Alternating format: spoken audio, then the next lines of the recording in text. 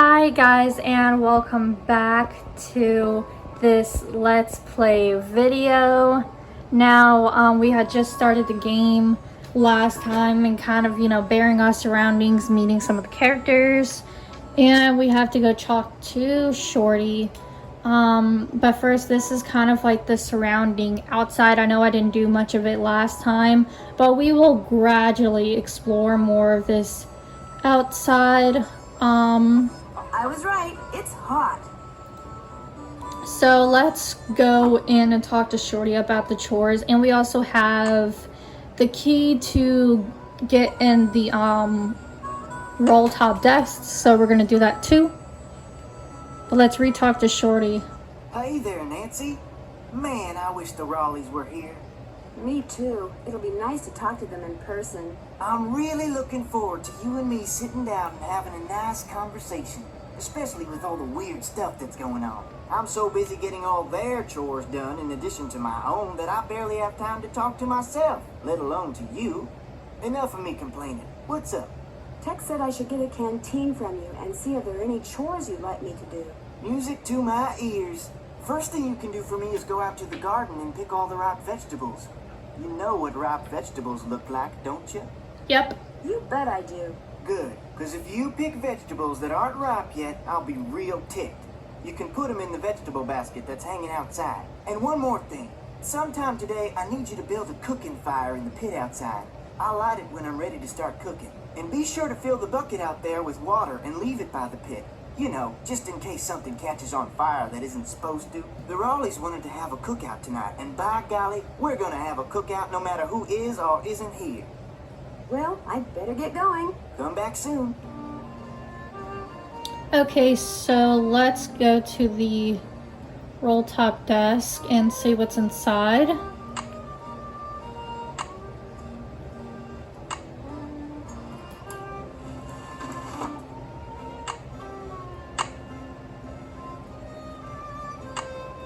Here's the letter.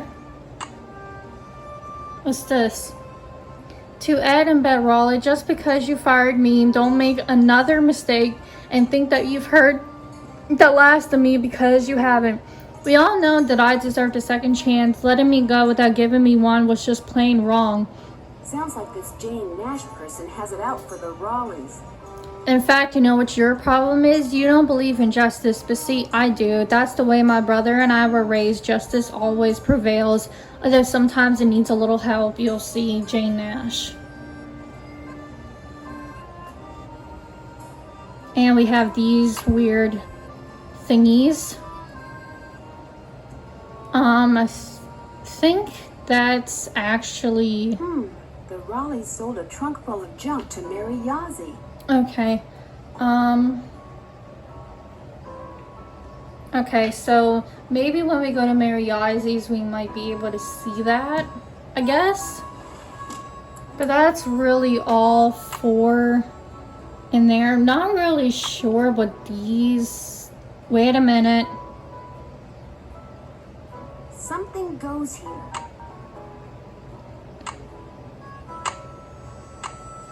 I bet you it's these. Yep. Okay, wait a minute.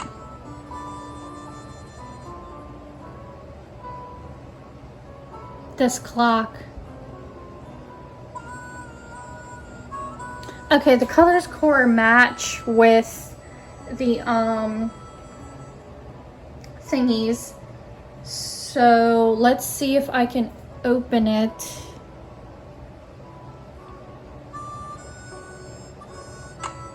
And see what's in here. Okay, so this was at 2 o'clock. 1, 2. Red was here, I think.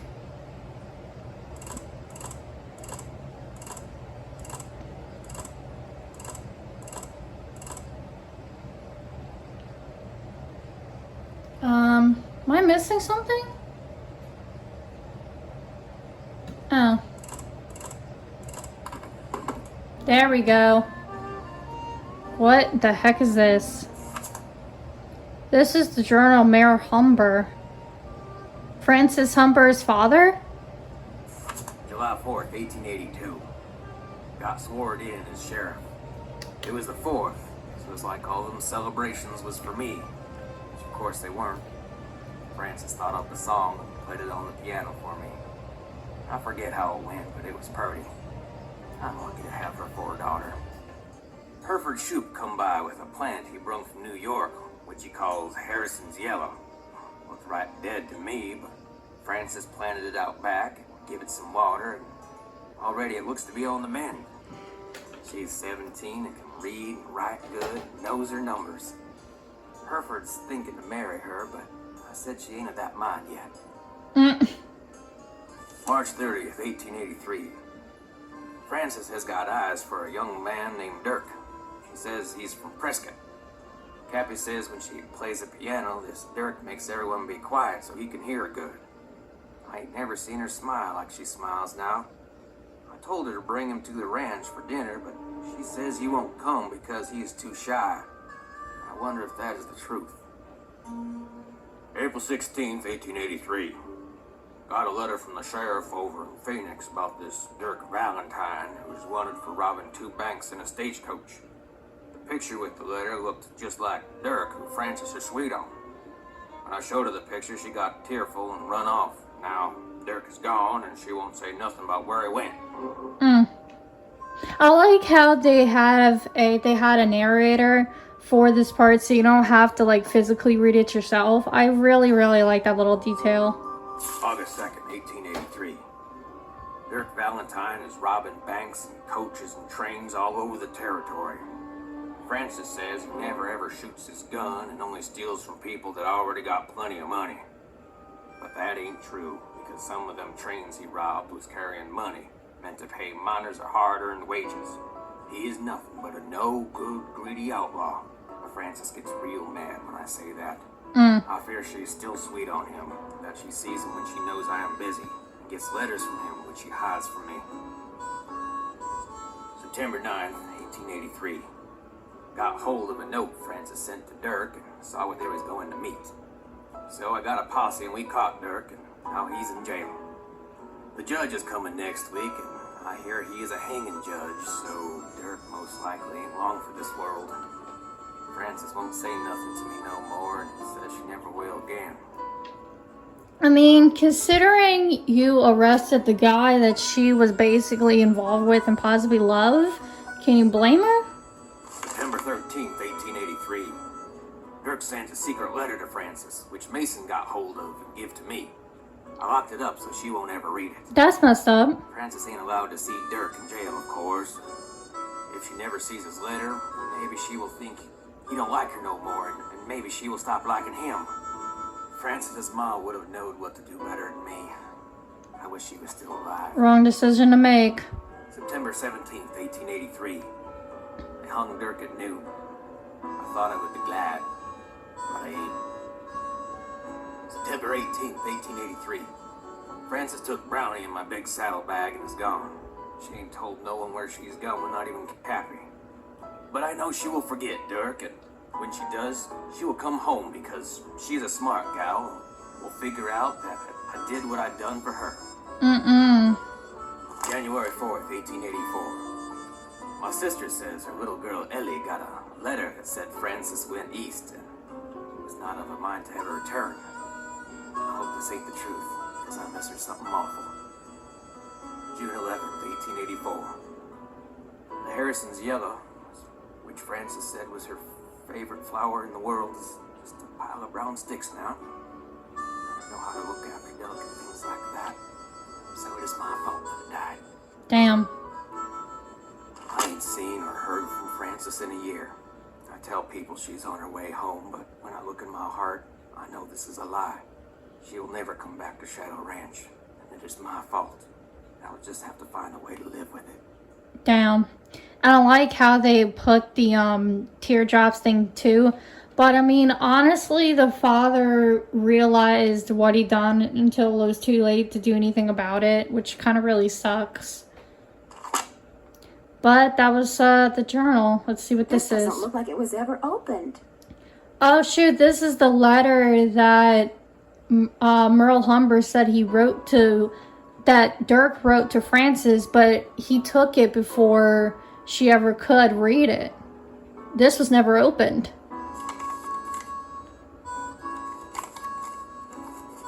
As usual, things did not work out like I planned. Just when I get everything fixed just right for you to go looking for the thing I hid for you, I go and get myself arrested. But no matter what you hear, nothing is gonna happen to me.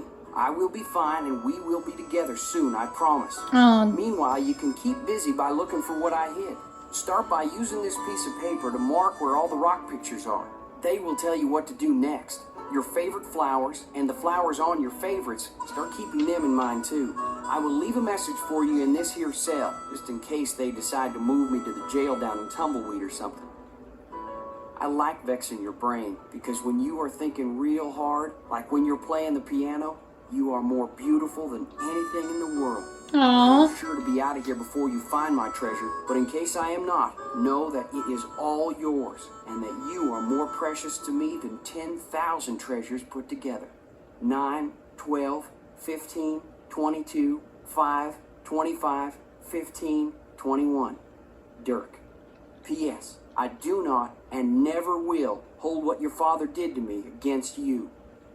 Dang, it's really too bad that she never got this. That would have brought her so much closure. But this right here is numerical to spell out I love you. So that's really sweet. Okay, don't know what this is. That is extremely sad though. Okay, what is this? It looks like this is one of them puzzles.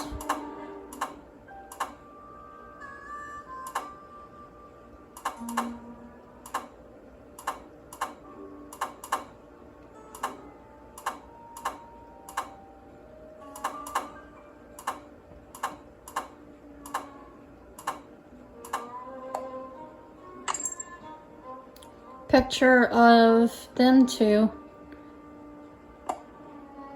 So that must have been his locket. And we got that, which don't know what that is. That was really something.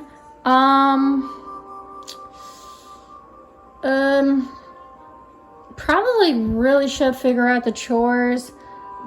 But I think we should honestly inform the girls on what's going on. And we can also talk to Frank and Joe. You know what? We're talking on the phone instead. Screw the chores right now. We're talking to our peeps. Hello? Hey, Bess. Nancy, our link to the world of excitement and intrigue and decent We need to food. fill them in. What's the latest? Apparently last night, this glowing horse came galloping up out of nowhere, caused a huge commotion, then went galloping off and disappeared. It was glowing? Mm-hmm. Evidently, it was pretty spooky. You're there investigating phantom horses, and what are we doing? A big fat nothing. That does it, George. We're suing the airline. The cook, Shorty Thurman, he says the phantom horse belonged to this outlaw named Dirk Valentine, who was hanged back in the 1880s. Is this Valentine guy a phantom too? I don't think so. Well, how come his horse got to become a phantom and he didn't? Bess, phantoms don't really exist, okay? According to legend, seeing the horse is bad luck. I believe it. I mean, look at what happened to the guy who owned him. Don't you think it's kind of odd how that rattlesnake showed up in the Raleigh's bedroom right after that phantom horse showed up outside? You don't buy that it was an unfortunate coincidence? I think it was more like a well-planned distraction. So, you're saying someone used the horse to lure everyone outside, then put the snake in their room, knowing no one would be watching? It's possible, don't you think? But if you're right, it means someone wants to hurt Aunt Bet and Uncle Ed. Oh my gosh! If you're right, it means that someone is on the ranch. And whoever it is must be working with an accomplice. You know, someone to wrangle the horse. So everyone there is a suspect. That's right. Well, you don't have to sound so happy about it. Would you believe I found a letter that Dirk Valentine wrote to Frances Humber? No way. It was locked up in this chest that belonged to her father, and the letter was never opened. According to his journal, her father intercepted it and locked it away before Frances could read it. So did you read it? Of course she did. I mean, she better have. The letter may explain what the deal is with that phantom horse. What'd the letter say? Well, evidently Dirk wanted Frances to have the loot he'd stashed, so he set up this elaborate treasure hunt for her. The letter contained all sorts of weird, obscure clues to help her find what he'd hidden. But if the letter was never opened, Frances couldn't have found the treasure. Oh my gosh, it could still be out there. And someone could be using that phantom horse to chase the Raleighs off the ranch because they want to be the ones to find it. Yep. We're stuck here when we could be there with you looking for hidden loot? That does it, George. We're suing the airline and the airport. All right, ladies. That's it for now. Have fun. Wish you were here. Kidding. I wish they were here. Okay, let's call the Hardy Boys, and then maybe we'll call the Raleighs to inform them that we know everything. But let's talk to the boys now. I completely forgot we can talk to them in this game. What is it this time? Excuse me? Nancy, hi. Sorry, I thought you were somebody else. Am I calling at a bad time? Hey, Nancy. Hi, Frank. I thought you were this guy we're doing some work for. You guys are on a case? That's great. No, it's not. Turns out the guy is a bit neurotic. What do you mean? He wants us to track down his missing laptop.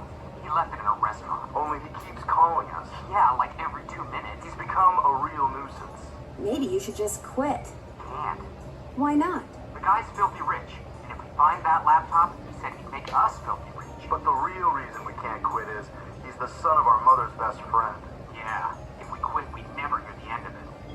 Uh-oh, we've got another call. Let him leave a message for the 9 millionth time. So Nancy, tell us about the ranch. The Raleighs aren't here because Mr. Raleigh was bitten by a rattlesnake last night. Whoa, how bad off is he? He's still in the hospital, but they think he's going to be okay. And that's not all that happened last night. We're listening. Apparently, this glowing horse came running up to the ranch house, caused everybody to go rushing out to look, then went racing off into the night. We get nut jobs who can't keep track of their computers. And what does Nancy get?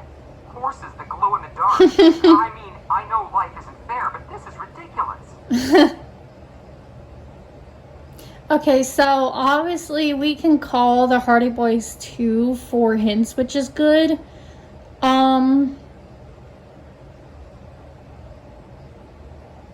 But I'm not gonna do anything about that yet. Stay safe. Watch out for varmints. Because I'm going to go here. Oh. I thought we had a ripe and unripe vegetables thing, but I guess not yet. But let's call the Raleighs and see if they have anything for us. Because they didn't get the chance to tell us about the Phantom Horse, but we know already. The patient in the room you have dialed is not Oh. answering. Please call back later. Okay, apparently not. I guess let's at least, let's see if we can actually look into this now. Because I'm gonna at least try to do the vegetables.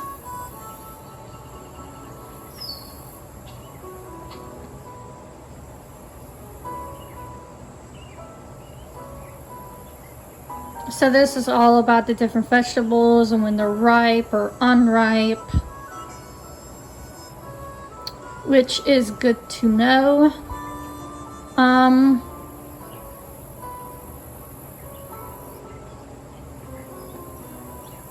This is about rattlesnakes in Arizona and to watch out for them and not go near them. This is about Arizona in general, which is kind of actually one of my states because I do have some side family that lives out there in Arizona. And I think this is what maybe that paper has something to do with from Dirk. I'm not entirely sure. But anyways, so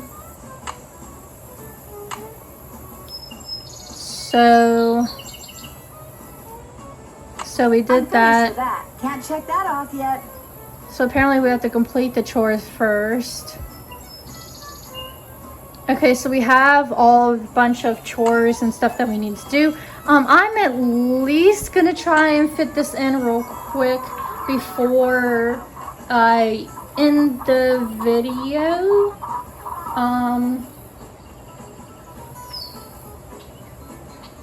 Okay, so for this side, I think it's just gonna be these.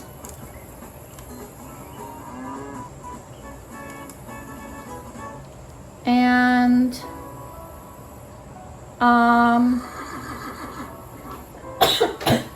excuse me. Obviously these 2 tomatoes, this and this. I think that might be it, to be honest with you. It's so hot, I should get these vegetables into Shorty right away. Pick those vegetables for me yet? Take a look. Good for you. Woohoo! Now, second thing I need you to do for me is take this, go out to the chicken coop and fill it up with eggs. Just be careful of that basket. It's kinda old. Okay. And don't forget to build me that campfire like I asked. You got it. Okay, so with that, we are going to continue doing the rest of the chores in the next video, because it would be an entirely long video if I tried to fit in all the chores now. This video wasn't very exciting, but we did do a little bit more investigating, caught up with our peeps, the boys and the girls, and started our chores. Thank you guys so much for tuning in. Don't forget to like and comment on any of my videos, including this one. And don't forget to subscribe to my channel and ring the bell to get notified for when I post new videos, because the support does mean a lot to me, because I do enjoy creating content here on YouTube. Thank you guys so much for tuning in, and stay tuned as we unravel more of this mystery.